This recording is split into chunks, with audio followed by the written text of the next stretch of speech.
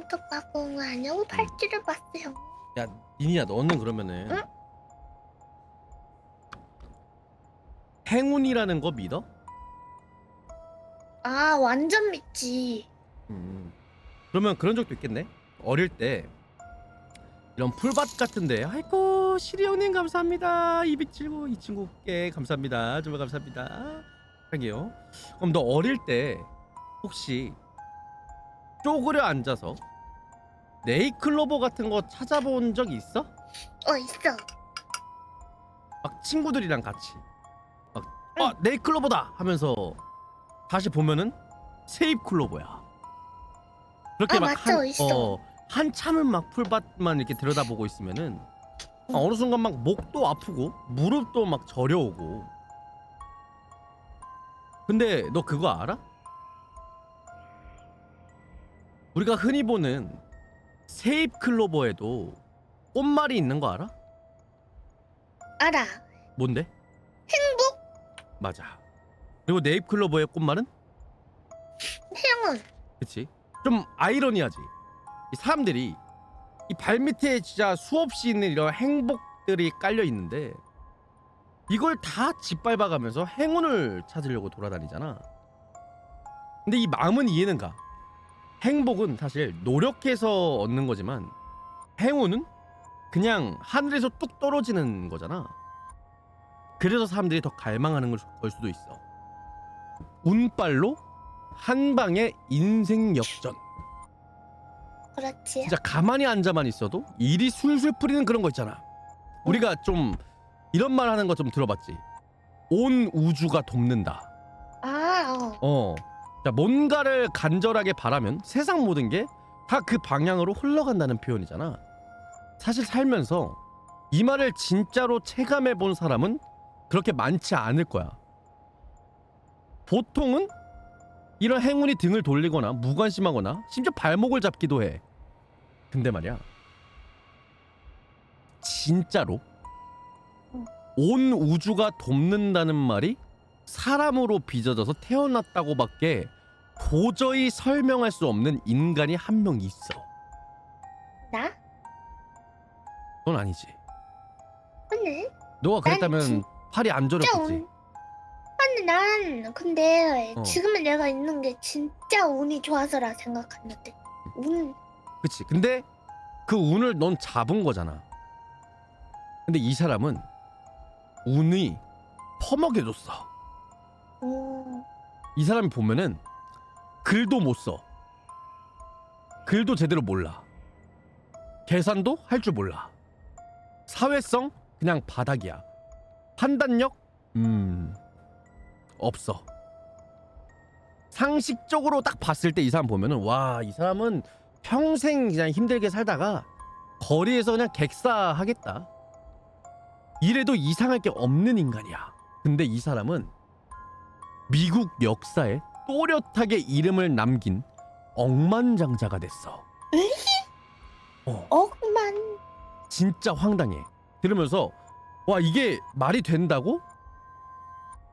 싶은 것들이 한두 번이 아니야. 계속해서 연속으로 돼. 상식적으로 한 번만 실패해도 그냥 거리에 나앉아야 될 것들이 매번, 정확하게 매번 거짓말처럼 목적을 이루고 돌아왔어. 그럴 수가 있나? 내가 지금부터 들려줄 이야기가 미국 역사상 가장 운 좋은 바보 혹은 가장 교묘한 행운아라고 불리는 한 남자의 일대기야. 자, 이 남자의 이름이 이미지 좀 전생에 무슨 좋은 일을 했나 보다. 그런 사람. 너무 좋은 일을 한 거야. 자, 티모시 덱스터라는 사람이야. 응. 배경은 무려 지금으로부터 280년 전이야. 1747년 1월 22일이야. 미국 매사추세츠주 몰든이라는 마을에서 이 티모시가 태어났어. 이때만 나 해도 궁금한 게 몇백 년 전에도 18세기 이런 많은 년 전에도 억만이 있어? 있지. 이때도 미국군이 억이 있었다니까. 있어? 그래 있지. 억이 있을 수 있어? 그치. 그래? 응. 이때 억만장자면 지금 조만장자인 거죠 거의. 어쨌든 이 티모시가 태어나는데 이때까지만 해도 미국이 아직 영국의 식민지였던 시절이야. 독립전쟁 같은 건 사실 한참 뒤의 일이거든. 이 티모시가 아일랜드계 이민자 가정에서 태어났는데 부모님은 농장 일꾼이었어. 집안 형편은 진짜 끔찍할 정도로 가난해.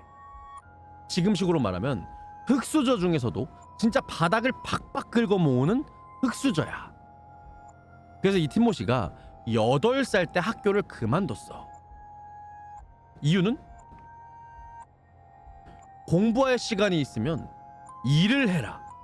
지금 같으면 사실 아동학대로 신고당할 일이잖아. 하지만 당시에는 이 가난한 집 아이들한텐 너무나 당연한 일들이었던 거야. 그래서 8살 때부터 농장에서 흙을 파고 14살 때부터는 가죽 무두질 공장에서 견습공으로 들어갔어. 가죽 무두질이 뭔지는 알지? 응. 짐승 가죽으로. 짐승 껍데기를 약품에 담그고 두들기고 늘려서 신발이나 옷에 쓸 수 있는 가죽으로 만드는 작업이야. 당시에는 이 냄새 진동하고 손이 부르트는 정말 밑바닥 중에서 밑바닥들이 하는 일들이었대.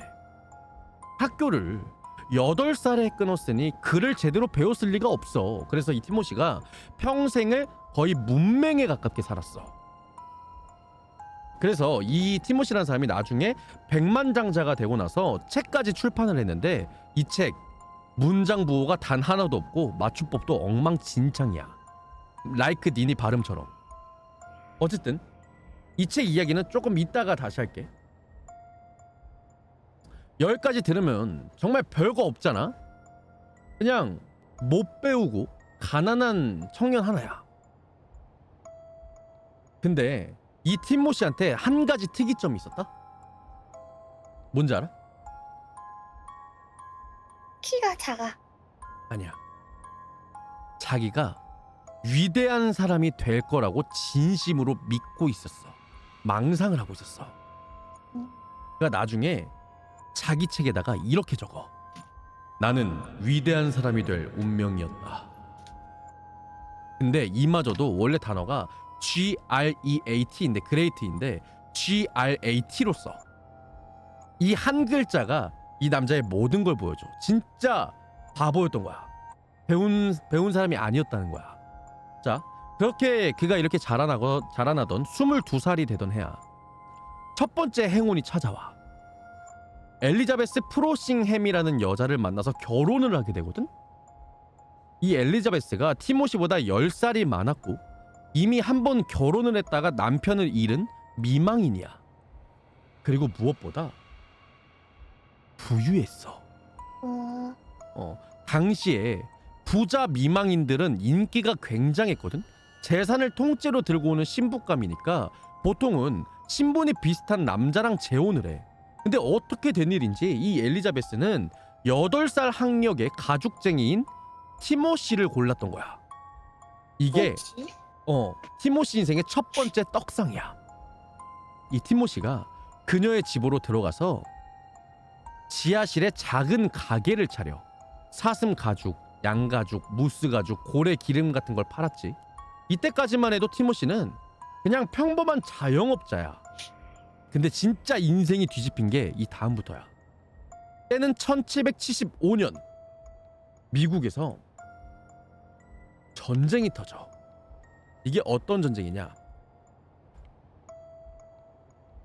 미국의 독립전쟁이야.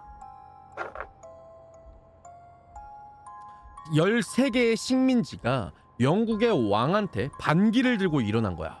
전쟁엔 뭐가 필요하지? 군인, 돈. 그치, 돈이 필요해. 식민지들의 임시 정부였던 대륙회의는 콘티넨탈 달러라는 종이 화폐를 발행하기 시작해. 이게 미국 최초의 지폐거든? 우와. 어떻게 생겼는지 보여줄게.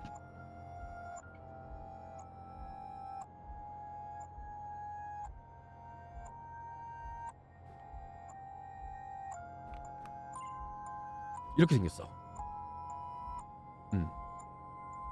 근데 문제가 있어. 너무 많이 찍어냈어. 자그마치 2억 5천만 달러 어치를 뽑아내. 당시 식민지 경제 규모를 생각하면 어마어마한 양이야. 그러면 이렇게 지폐, 종이를 너무 많이 찍어내면 어떻게 될까? 가치가 떨어져. 맞아, 가치가 폭락해. 상인들이 콘티넨탈 달러를 안 받기 시작한 거야. 그냥 이런 종이 쪼가리로는 우리 가게 물건 못 산다고 못을 박는 거지. 나중에는 그냥 쓰레기라는 말도 아까워서 이렇게 말해. 콘티넨탈 한 푼만큼의 가치도 없네. 이 표현이 미국 일상으로 굳어졌을 정도야. 전쟁이 끝나고 돌아온 군인들은 이 휴지 조각 같은 돈으로 월급을 받고는 거지꼴이 돼. 7년을 목숨 걸고 싸웠는데 손에 쥔 건 저 종이장 뭉치뿐이야. 심지어 가게에 들어가서 저걸 내도 안 받아줘. 이때 보스턴의 부자들이 불쌍한 참전 용사들을 도와주자면서 이 콘티넨탈 달러를 헐값에 사주기 시작했어. 일종의 자선 활동이었거든. 근데 티모시가 이 광경을 보고 뭐라고 생각했을까?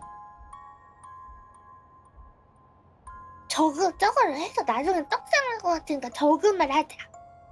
그런 개념이 아니야. 티모시는 이렇게 생각했어. 보스턴 부자들이 산다고? 그럼 나도 사야지? 이게 티모시의 사고방식의 핵심이야. 그러니까 뭐냐면 부자가 하는 짓은 무조건 따라하는 거야. 이유 같은 거 신경 안 써. 부자가 하는 건 옳은 거다. 끝. 이게 끝이야. 이 티모시가 자기 평생 모은 돈을 다 털었어. 그것도 모자라서 부인 엘리자베스의 재산까지 끌어다가 저 콘티넨탈 달러를 미친 듯이 사들이기 시작해. 동네 사람들이 다 미쳤다고 손가락질을 해. 아유, 저 멍청한 가죽쟁이가 휴직 조각을 사 모으고 있다더라. 야, 가산이 다 거덜났대. 아유, 부인이 결혼한 거 지금 후회하고 있을 거야. 근데 몇 년 뒤에 부인은 냅둔다고 저거? 그치, 몰래 산 거니까. 근데 몇 년 뒤 1788년이야. 미국 헌법이 비준이 되고 새 정부가 들어서면서 충격적인 결정이 발표돼. 콘티넨탈 달러 액면가의 1%로 채권 교환해드립니다. 1%. 뭔 말이지? 1%면 형편없는 거 아니야? 라고 생각할 수가 있어. 응. 그러니까 1달러짜리면은 그 1달러에 1%로 쳐준다는 거야. 이해됐어? 뭔 말이지 그게? 그러니까 우리 한국식으로 내가 표현을 해줄게. 너가 1,000원짜리 지폐야. 아니, 정확하게 1,000원짜리 지폐인데 이걸로 살 수 있는 게 하나도 없어. 근데 정부에서 이 1,000원짜리 지폐 10원으로 쳐줄게 라고 한 거야. 근데 1%야. 근데 10원이면 너가 형편없는 거 아니야? 별론데? 라고 생각할 수 있잖아. 근데 문제는 티모시가 이 종이를 산 가격은 1%에 1% 안 돼. 그러니까 1달러짜리 콘티넨탈 달러를 거의 공짜로 전부 다 싸그리 다 모았는데 정부가 이걸 0.01달러에 교환을 해준다는 거야. 그럼 이게 몇 배가 아니라 몇십 배의 차익이야. 게다가 이 매사추세츠주는 한술 더 떠서 주에서 발행한 채권을 액면가 그대로를 보상해줬대. 1달러짜리를 진짜 1달러로. 티모시가 하루아침에 거지에서 새파란 신흥 부자로 떠올랐어. 이때 그가 번 돈이 약 47,000달러거든? 지금 가치로 한 20억 원이야. 8살에 학교를 그만둔 이 무두질공이 어느 날 갑자기 한국 돈으로 20억 원을 손에 준 거야. 근데 정말 무서운 건 몇 년 만에 떡상했어 이게? 돈이? 아까 말했잖아. 1788년. 얼마 안 8년에서 지나. 몇 년에? 떡상한 게 3년 만에. 75년에 이거 사들이고 3년 만에. 꿀이네. 자, 근데 진짜 무서운 건 있잖아. 이게 시작에 불과해. 헐. 부자가 됐어, 티모시가. 그가 가장 갖고 싶었던 게 뭐였는지 알아? 뭐였을 것 같아? 차? 집 있어 이미. 강아지? 뭐 강아지? 강아지도 뭐 할 수 있겠지. 돈 이미 생겼고. 부인도 이미 있어. 자식. 아니 자식도 아니야. 가장 갈망했던 건 상류층의 인정이었어. 그러니까 지금으로 치면 이 강남 이 사장님들 모임에 지방 출신의 졸부가 끼어들고 싶어하는 거랑 비슷해. 그런데 이 보스턴의 진짜 부자들 티모시를 거들떠보지도 않아. 이유는 명확해. 티모시 글도 못 쓰고 말투도 거칠어. 예절도 몰라. 무엇보다 본인이 위대한 사람이라고 진심으로 믿고 있어. 결국 이 티모시가 보스턴을 떠나서 북쪽 항구 도시 뉴베리포트로 이사를 가. 당시 미국에서 가장 잘 나가는 무역 항구 중 하나였거든. 여기서 그가 무역업을 시작해. 배 2척을 사서 서인도 제도랑 유럽으로 물건을 실어 나르는 사업을 시작한 거야. 자, 이때부터 미국 역사상 정말로 황당한 운빨 신화가 본격적으로 펼쳐지기 시작해. 뉴베리포트의 부유한 이 부자들 티모시를 좋아했을까? 안 좋아해. 싫어했어. 그래. 왜? 졸부 주제에, 운 좋게 부자가 된 주제에 자기들 흉내를 내고 시끄럽게 굴고, 무엇보다 사업에서 돈을 버니까 질투까지 나는 거지. 그래서 이들이 한 가지 작전을 짜. 이 멍청이를 망하게 해서 마을에서 쫓아냅시다. 방법이 간단해. 이 티모시 아까 내가 어떤 성격이라고 했지? 멍청하고 부자를 따라하는 성격. 맞아. 부자가 조언을 해주면 그대로 따라하는 인간이야. 망하는 게 100% 확실한 이 사업 아이템을 추천해주면 저 멍청한 가죽쟁이가 그대로 다 말아먹고 빈털터리가 돼서 떠날 거다. 이거였어. 부자들의 첫 번째 작전. 티모시한테 다가가서 이렇게 말해. 이봐 티모시, 사업 잘 되지? 내가 말이야 좋은 아이템이 있는데 들어볼 테는가? 그럼 티모시가 네 알려주십시오. 뭔가요? 이 부자들이 서인도 제도에 침대 워머를 가득 실어 보내게. 자, 여기서 침대 워머가 뭐냐? 내가 이미지를 하나 보여줄게.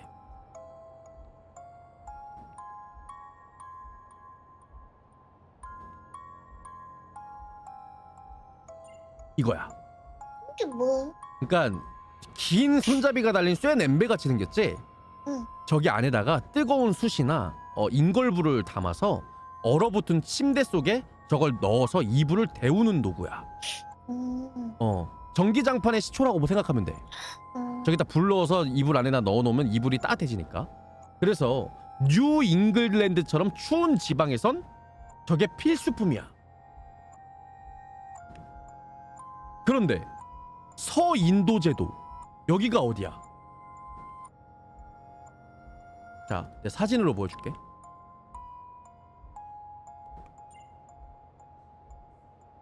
카리브해에 있는 열대섬들이야. 1년 내내 햇볕이 쨍쨍해. 겨울에도 반팔만 입어도 돼. 그러면 이런 동네에서 침대를 데울 이유가 있을까? 그거 없지. 그렇지, 침대를 데울 일이 절대 없어. 근데 거기다가 여기에다가 저 침대 워머를 가득 싣고 가라는 거야. 와 조졌네. 조지게 하네 진짜로. 사하라 사막 한가운데 스키 장비를 싣고 가라는 소리야. 이 티모시가 이 얘기를 듣고 이렇게 말해. 좋은 아이디어네요. 감사합니다. 이 말을 믿고 100% 고지고대로 듣고 배에다가 침대 워머를 한가득 실어. 상인들이 부두에서 저 배를 바라보면서 막 낄낄대고 웃어. 야, 쟤 돌아올 때는 저거 어떻게 팔라나? 야, 진짜 끝장이겠다 쟤. 그렇게 몇 달 뒤야. 이 티모시의 배가 카리브 해에 도착을 했어. 선장이 되게 황당해. 아니, 사장님이 도대체 무슨 생각으로 이런 걸 여기에 보낸 거야? 선장은 그래도 영리한 사람이었어. 근데 빈손으로 돌아갈 수는 없잖아. 부두에서 저거를 보고서 한참을 고민하던 중에 우연히 딱 뭐가 눈에 발견돼. 뭐였냐면 이 당시에 카리브해 섬들이 사탕수수 농장으로 유명했어. 사탕수수 뭔지 알지? 응. 근데 이 사탕수수에서 즙을 짜내면 뭐가 나오는지 알아? 설탕. 이거야. 당밀이라고 나와. 이걸 거대한 솥에 부어서 펄펄 끓이면은 당밀이라는 게 돼. 진득한 시럽처럼 나와. 이걸 또 처리하면은 설탕이나 럼주를 만들 수 있는 거야. 근데 문제는 사탕수수 즙을 거대한 솥에 넣어서 펄펄 끓여낼 때 이걸 휘젓고 퍼낼 국자가 없어. 항상 부족했어. 특히 손잡이가 긴 국자, 이게 흔했을까? 아니지? 그렇지. 끓는 시럽에 손을 대지 않으려면 손잡이가 아주 길어야 했던 거야. 근데 선장이 침대 워머를 딱 보니까 아, 이거다. 이거 손잡이도 길고 쇠로 만든 우묵한 그릇이잖아. 열에도 강하네. 이건 이제부터 침대 워머가 아니라 국자야. 네 이름은 이제부터 국자요. 헐. 선장이 침대 워머의 뚜껑을 떼버리고 당밀국자라고 이름을 바꿔서 사탕수수 농장 주인들한테 팔기 시작해. 결과는 와. 날개 돋친 듯이 팔려나가. 농장주들이 와. 어디서 이런 좋은 국자들을 가져온 거야? 하면서 원래 침대 워머의 가격에 몇 배를 주고 사가. 와. 티모시가 카리브해에서 침대 워머 한 배 분량으로 어마어마한 차익을 챙겨서 미국으로 돌아왔어. 뉴 베리포트의 부자들이 이 부두에서 입을 떡 벌리고 이 광경을 지켜봐. 아니 뭐야? 망했어야 했는데 제가 왜... 이 부자들이 첫 번째 작전이 실패한 걸 딱 보고 아, 우연이네 이렇게 생각했어. 한 번은 운이 좋았겠지만 다음번엔 어림도 없어. 끝장을 내자. 두 번째 작전을 짜. 이번에는 이거야.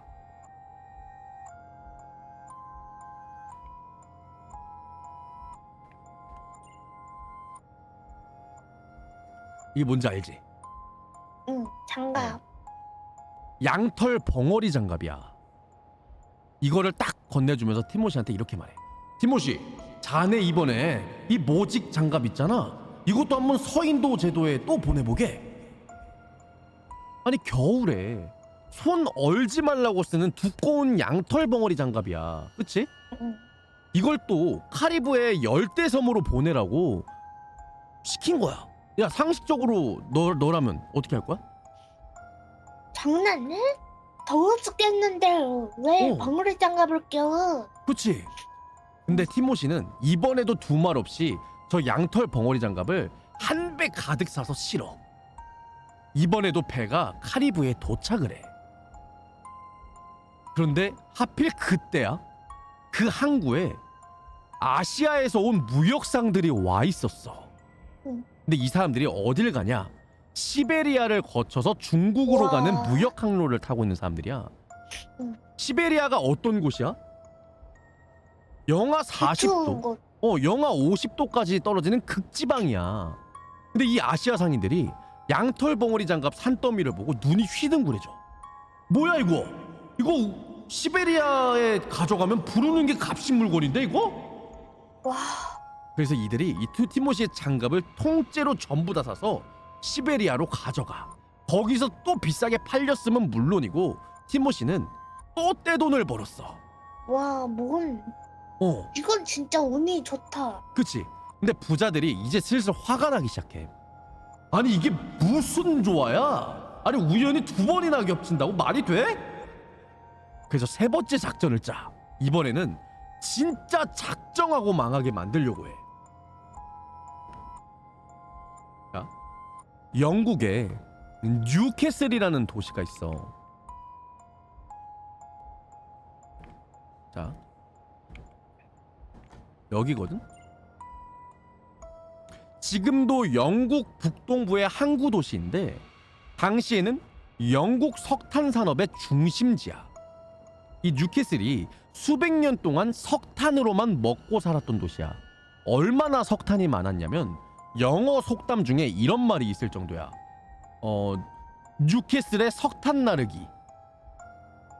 이게 의미가 살짝 그거야. 쓸데없이 멍청한 짓을 한다는 뜻이거든. 우리나라로 치면 강원도에 감자 팔러 간다, 제주도에 귤 팔러 간다 같은 표현이야. 뉴캐슬에 석탄 나르기, 그러니까 정말 쓸데없는 짓이다 이런 거지. 이 부자들이 티모시한테 이번에 이렇게 말을 해. 티모시, 자네는 정말 사업가야. 이번에는 영국 뉴캐슬에 석탄을 한번 보내봐. 거기 사람들이 자네 석탄을 보면 정말 깜짝 놀랄걸. 놀라긴 하겠지, 미쳤다고. 근데 티모시가 또 이 말에 신이 나가지고 미국에서 비싼 돈을 주고 석탄을 사 모아. 그리고 이거를 또 배에 실어서 영국 뉴캐슬로 보냈어. 이때가 1790년대 초야. 부자들이 되게 자신만만해. 야, 이번에 저놈 저거 이제 끝났어. 뉴캐슬 사람들이 자기네 도시에 석탄 팔러 온 멍청한 미국인 보고 박장대소를 할 거다. 그런데 말이야, 배가 대서양을 건너고 있던 이 시기에 지구 반대편에 있는 뉴캐슬, 여기서 어떤 일이 있었는지 알아? 몰라.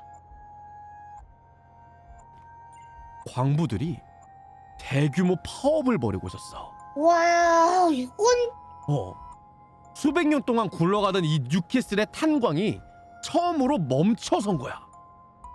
탄광에서 석탄이 안 나오니까 영국 전체가 석탄 부족 사태에 빠졌어. 가정에선 난방이 안 돼. 공장은 멈춰. 사람들이 추위에 시달려. 이때 티모시의 배가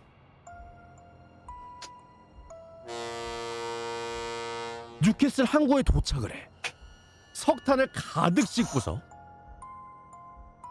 뉴캐슬 사람들 입장에서는 하늘에서 구원자가 강림한 거야. 그치.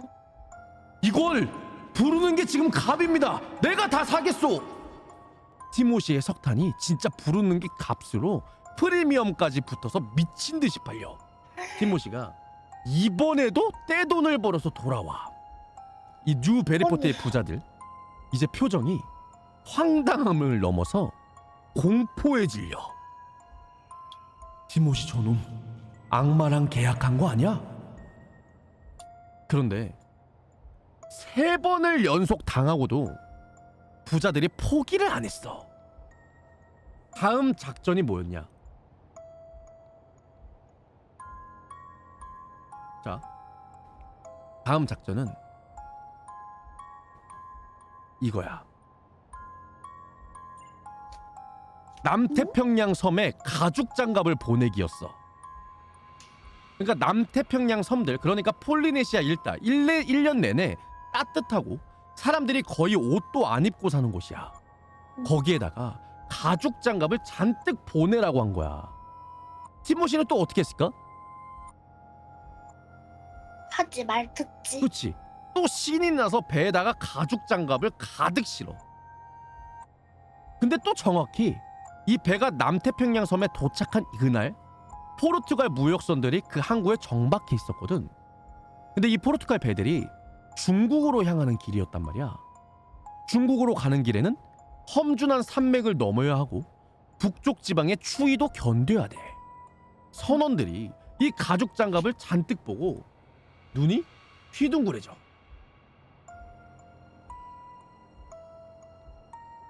이거 우리 중국 가는 길에 딱 필요한 건데. 포르투갈 선원들이 티모시의 가죽 장갑을 전부 다 사가. 티모시는 또 차익을 챙겼어. 이쯤 되니까 부자들이 진짜 미치기 직전인 거야. 다음 작전이 또 펼쳐져. 이번엔 뭔지 알아? 뭔데? 동인도 제도에 성경을 보내기야. 동인도 제도, 지금의 인도네시아 일대야. 그치? 당시 그 지역에는 이슬람교랑 힌두교, 불교가 퍼져 있는 곳이야. 기독교 신자가 거의 없는 곳이야. 거기에다가 영어로 된 성경을 수천 권을 보내라? 너라면 이거 해? 절대 안 하지. 그치? 근데 티모시는 이걸 또 했어. 배에다가 성경을 또 산더미처럼 실어서 거기로 보내. 근데 정확히 그 시기에 유럽에서 출발한 기독교 선교사 한 무리가 와. 동인도 제도에 도착해 있었어. 이 선교사들이 이렇게 말해. 우리가 원주민들한테 성경을 나눠줘서 복음을 전파해야 합니다. 이렇게 외치고 있었거든. 문제는 그들이 가져온 성경수가 턱없이 부족했다는 거야. 이때 다시 한번 티모시의 배가 도착을 해. 여기 성경이 한가득 있습니다. 선교사들이 환호성을 질러. 이것은 신의 가호입니다. 티모시의 성경이 선교사들한테 한 권당 미친 가격에 다 팔리기 시작해. 와. 심지어 티모시가 나중에 자기 책에다가 이렇게 자랑을 했어. 성경 한 권당 100% 넘게 이익을 봤어요. 자, 이쯤에서 진짜 정점을 찍는 사건들이 일어나. 뉴 베리포트, 이 동네에 길고양이가 미친 듯이 늘어난 거야. 음식물 쓰레기를 뒤지고 밤마다 시끄럽게 울고 도시 위생에 큰 문제가 됐어. 마을 회의가 열려. 이 길고양이들을 대체 어떻게 처리해야 하지?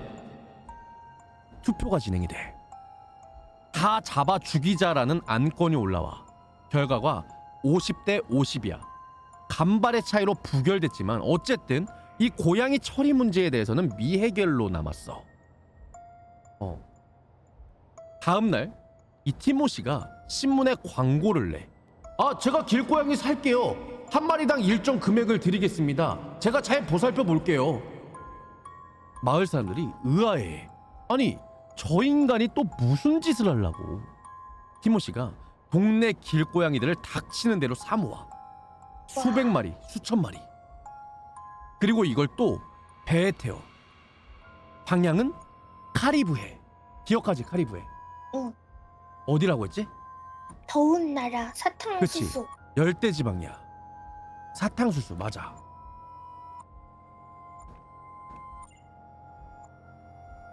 아니, 이쯤 되니까 사람들은 이놈이 진짜 미친놈인 줄 알았어.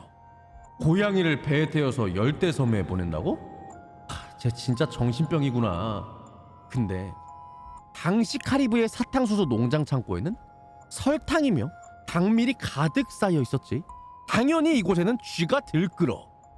와. 쥐들이 창고 안에서 설탕을 갉아먹고 사탕수수 자루를 뜯고 일꾼들이 미쳐버릴 정도였어. 이때 티모시의 배가 또 고양이 수백 마리, 수천 마리를 데리고서. 농장주들이 이걸 보고 환호성을 질러. 신께서 보내주신 쥐 사냥꾼들이다. 티모시의 길고양이들이 한 마리당 어마어마한 가격에 다 팔려. 와. 뉴 베리포트 길에서 공짜로 데려온 이 고양이가 카리브의 농장주들한텐 프리미엄 가격에 팔린 거야. 자, 사건을 종합해보자. 침대 워머, 카리브해에서 당밀국자로 변신했어.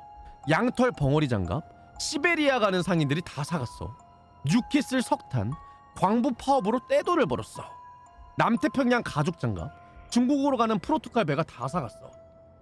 동인도 제도의 성경, 선교사들이 다 샀어. 카리브의 길고양이, 쥐 잡는 일꾼으로 프리미엄 붙어서 팔렸어. 뭐 하나 빠지는 게 없어. 모든 사건들이 전부 다 결과적으로 돈을 벌어왔어. 정말 온 우주가 짜놓은 것처럼 흘러가. 근데 여기서 끝이냐? 또 있어. 티모시가 어느 날 고래뼈들을 사모으기 시작해. 이유? 그냥 이유 없어. 그냥 본인도 잘 몰라. 그냥 시장에 나왔으니까 고래뼈들을 무려 340톤을 사들인 거야. 이 당시에 이 고래뼈들이 정말 쓸데가 없는 골치 아픈 물건이었거든.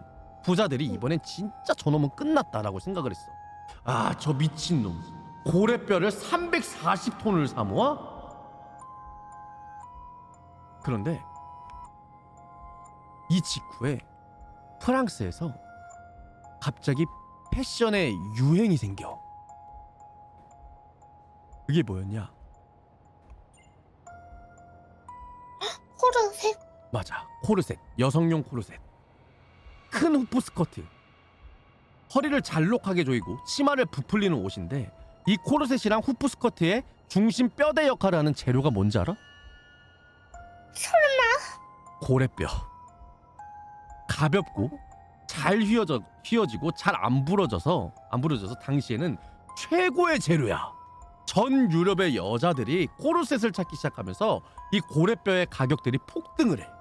티모시가 헐값에 사모은 이 340톤의 고래뼈 어마어마한 차익을 남기고 다 팔려나가. 와. 이제는 우주가 진짜 정말로 이 티모시의 편이 된 거야.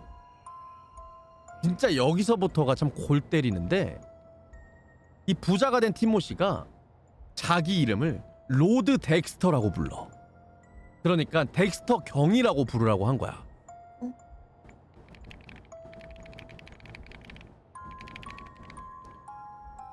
미국이 어떤 나라야? 영국에서 막 독립한 나라야. 귀족 제도 자체가 없는 나라라고. 근데 로드, 이거는 영국에서 쓰는 호칭이야. 근데 본인이 그냥 자기한테 이렇게 붙여. 나는 오늘부터 로드 덱스터다. 심지어 자기를 백작이라고 부르는 아이한테 돈을 주고 어른한테는 술과 식사를 대접해. 당시에 25센트 정도면은 지금 돈으로 10,000원 정도거든.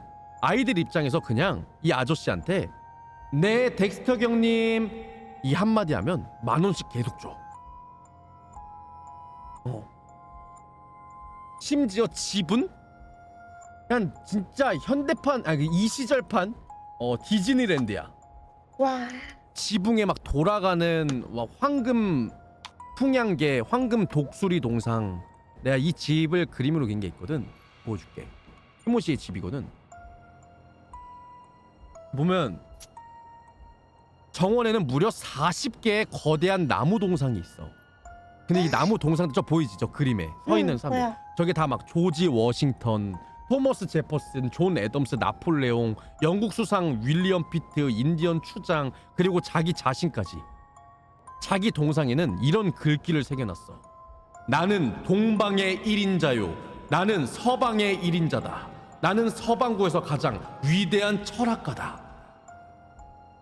아니 8살에 학교를 그만둔 무두질공이 자기 입으로 서방구에서 가장 위대한 철학자래. 동방의 1인자고 서방의 1인자래.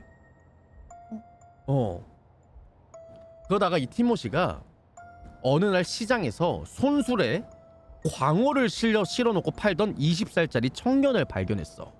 그냥 뜬금없이 그냥 광어를 팔던 청년이야. 이 사람한테 그냥 이렇게 물어봐.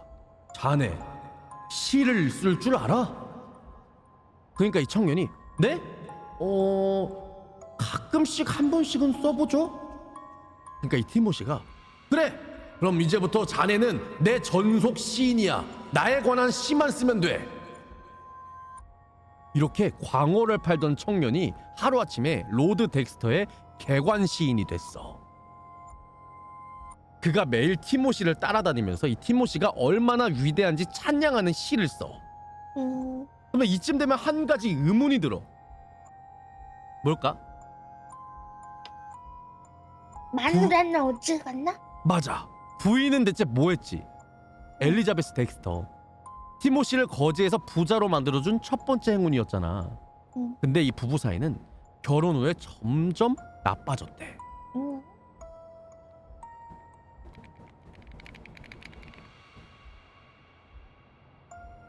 티모시가 술을 엄청 마시기 시작하면서 난폭해졌고 저택에선 매일같이 시끄러운 술자리가 벌어지고 심지어 매춘부들까지 드나들었다는 기록이 있어. 착한 자든 착하지 않는 놈이구만. 엘리자베스는 결국 집을 나가서 다른 곳에서 살게 돼. 근데 티모시는 다른 사람들한테 자기 아내는 죽었다고 말하고 다녔어.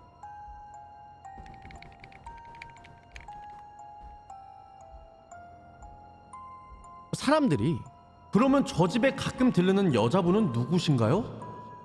이렇게 물어보면 티모시는 아 그거 내 죽은 아내의 유령이야. 진짜야.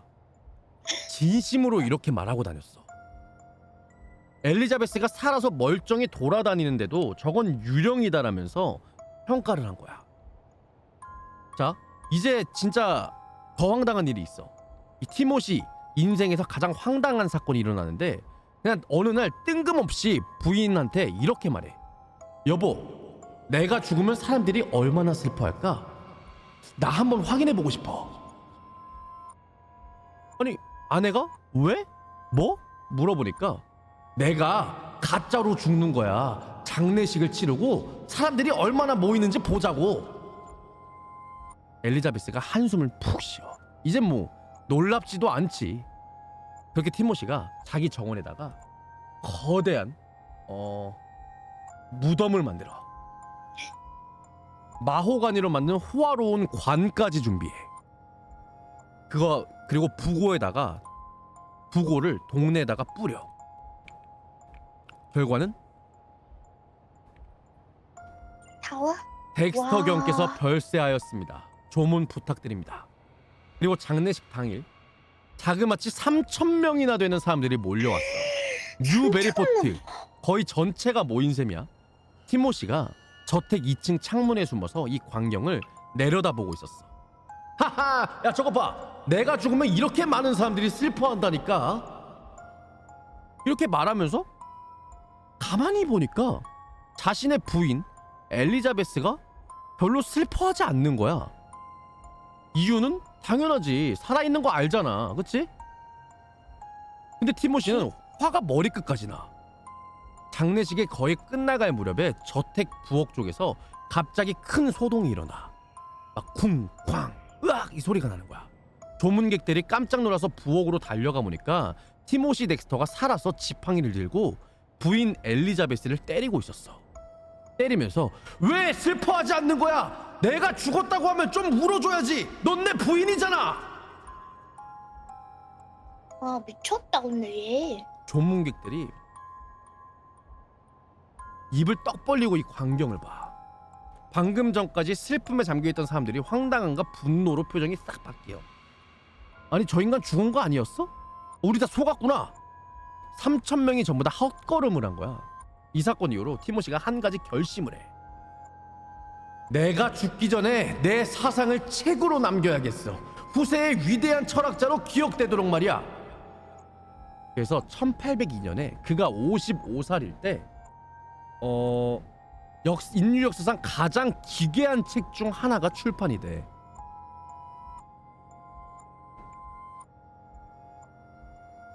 이거거든? 제목이 뭔지 알아? 몰라. 영어로 직역한 그걸 저 한국어로 직역하면 아는 자들을 위한 피클이야. 피클이 왜 이 책 제목에서 피클이 나오는진 아무도 몰라. 티모시도 몰라. 이 책 분량은 약 8,847단어야. 한국 소설로 치면은 되게 짧은 단편 소설 정도 되는 분량이야. 근데 문제는 문장 부호가 단 하나도 없어. 그러니까 마침표도 없고 쉼표도 없고 물음표도 없고 느낌표도 없어. 그냥 처음부터 끝까지 문장이 쭉 이어져. 게다가 맞춤법도 거의 다 틀려. 대문자랑 소문자도 마음대로 섞여 있고 같은 단어도 페이지마다 철자가 달라. 내용은 뭔지 알아? 정치인 욕, 성직자 욕, 자기 부인 욕, 그리고 끝없는 자기 자랑. 근데 진짜 황당한 건 있잖아? 이 책이 베스트셀러가 됐어. 아니 도대체 뭐지? 티모시가 처음에 이 책을 자기 자신의 돈으로 출판을 해서 사람들한테 공짜로 나눠줬거든? 근데 사람들이 이 책을 너무 재밌어한 거야. 물론 이 재미는 티모시가 의도한 게 아니었지. 그래서 사람들이 야 세상에 이런 미친 책이 있네. 이걸 진심으로 썼다는 거야? 야 이 미친놈이네. 이 책이 입소문을 타고 인쇄가 돼서 당시로선 정말 어마어마한 베스트셀러가 돼버려. 와. 독자들이 항의를 해. 덱스터 씨, 책에 문장 보호가 하나도 없어요. 읽기가 너무 힘들어요. 이랬더니 티모시가 대답을 한 게 또 걸작이야. 어떻게 했는지 알아? 뭐래? 2편을 냈거든? 근데 2편부터 2판부터 책 맨 마지막에 새로운 페이지를 한 장 추가했어. 거기에 뭐가 적혀 있었는지 알아? 몰라. 13줄에 걸쳐서 점점점점점점점 마침표 물음표 느낌표 와, 느낌표 기싸움하네. 이런 식으로 마침표 쉼표 물음표 느낌표 세미콜론 등 온갖 문장 부호 등만 빽빽하게 나열해 놓은 거야. 와, 기싸움 어. 못친다. 그리고 그 위에 어떻게 써 있는지 알아? 마음에 드는 곳에 부추와 소금처럼 뿌려서 드시기 바랍니다. 그러니까 이게 뭔 뜻이냐? 문장 부호가 필요하면 너희가 알아서 가져다 쓰라는 거야. 내 책 안에 어디다 쓰든 마음대로 해라. 이런 뜻이야. 진짜야. 책에 정말로 이렇게 적혀 있어. 참 지금까지도- 인생 편하게 산다. 그렇지. 지금까지도 보존된 책에서 이 페이지들을 볼 수가 있대. 이쯤 되면 정말 의문이 들지 않아? 이 사람 진짜 바보였을까? 아니면 우리가 지금 눈치채지 못한 천재였을까? 넌 어떻게 생각해? 그냥 솔직히 말해서 바보고 그게 중요한 게 아니라 매력이 있었던 사람인 듯. 그렇기 때문에 저런 부자 여자가 부자들이 똑똑한데 이상하게 저 사람이랑 결혼할 리가 없잖아. 뭐 그렇기는 하지. 근데 뭔가 어쨌든 사람적으로 매력이 있어서 결혼하는 것 같은데? 어쨌든 시간이 흘렀어. 1806년이야. 10월 23일. 티모시 덱스터가 59살의 나이로 이번엔 진짜로 세상을 떠났어. 그의 부고가 신문에 실려. 이 시대 가장 기이한 사람 중 한 명이었던 티모시 덱스터가 별세했다. 그의 지적 능력은 결코 가장 높은 수준이라고는 할 수 없었지만 기자조차도 빈정대는 어투로 쓴 거야. 티모시가 정원에 있는 자기 무덤에 묻히길 원했대. 가짜 장례식 때 미리 만들어놨던 그 거대한 무덤 있지? 근데 동네 사람들이 다 거절했어. 그 무덤은 안전 문제가 있습니다. 거기다가 매장하면 안 됩니다. 결국 이 티모시가 자기 정원에 못 묻히고 일반 공동묘지에 묻혔어. 마지막까지 평범하지 않는 인생이야.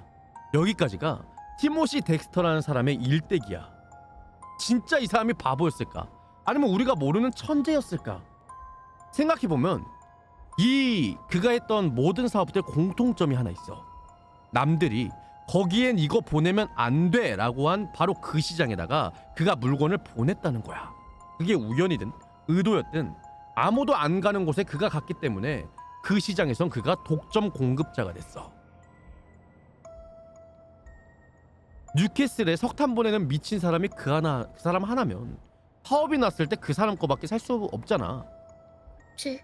남들이 비웃을 만한 일들을 묵묵히 했더니 정작 그 순간이 왔을 때 그가 시장의 유일한 공급자가 된 거야.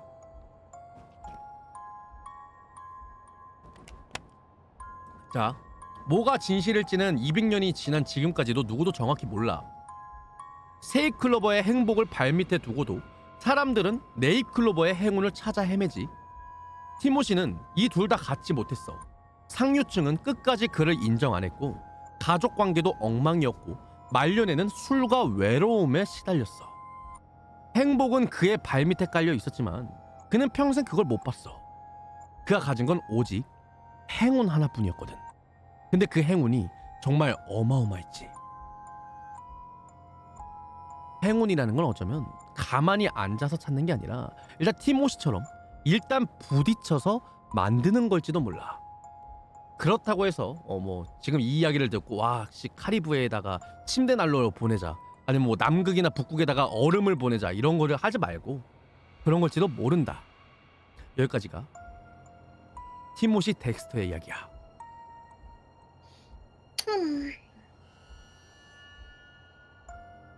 배역거리다 좋겠다. 그게 뭔 말이야? 빼앗는 버렸으니까 좋겠지. 내가 봤을 땐 그냥 운은 아닌 것 같아. 그냥 오는 아니다. 그럼 뭐일 것 같아? 처음에 시발점이 몰라, 그냥 매력 있는 사람이었을 것 같은데 두 번째에서도 선장이 대신 팔아줬잖아. 그 국자로. 근데 그렇게 좋은 선장을 아랫사람으로 데려왔으면 걔가 잘해줬기 때문에 선장이 그렇게 하지 않았을까? 그치. 그런 생각도 듣고 뭔가 매력적인 사람인 거는 맞았었던 것 같은데 주위에 사람이 그런 사람들이 있는 거 보면 또 성격 들어보면 부자랑 되게 여자랑도 괴팍한 것 같기도 하고. 부자랑 사귀 음.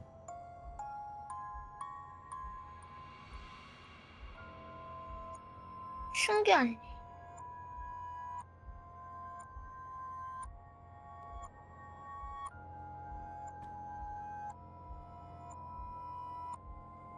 그 다른 거 파는 것도 그렇고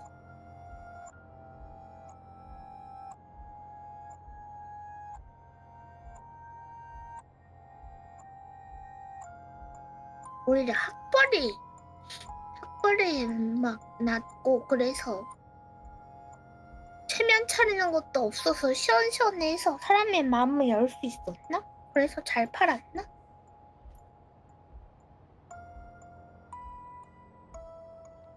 모르지.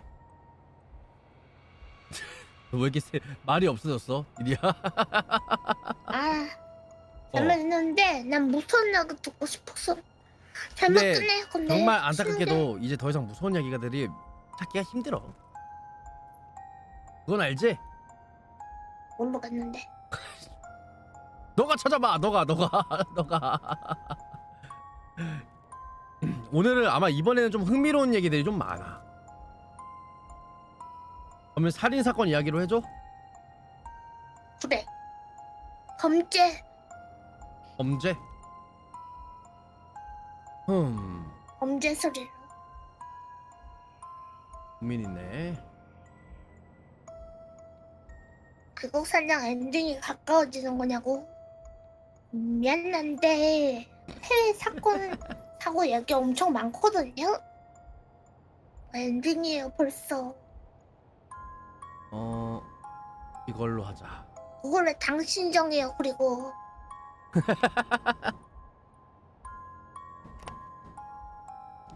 자, 다음 이야기는 이미지를 하나 띄워놓고.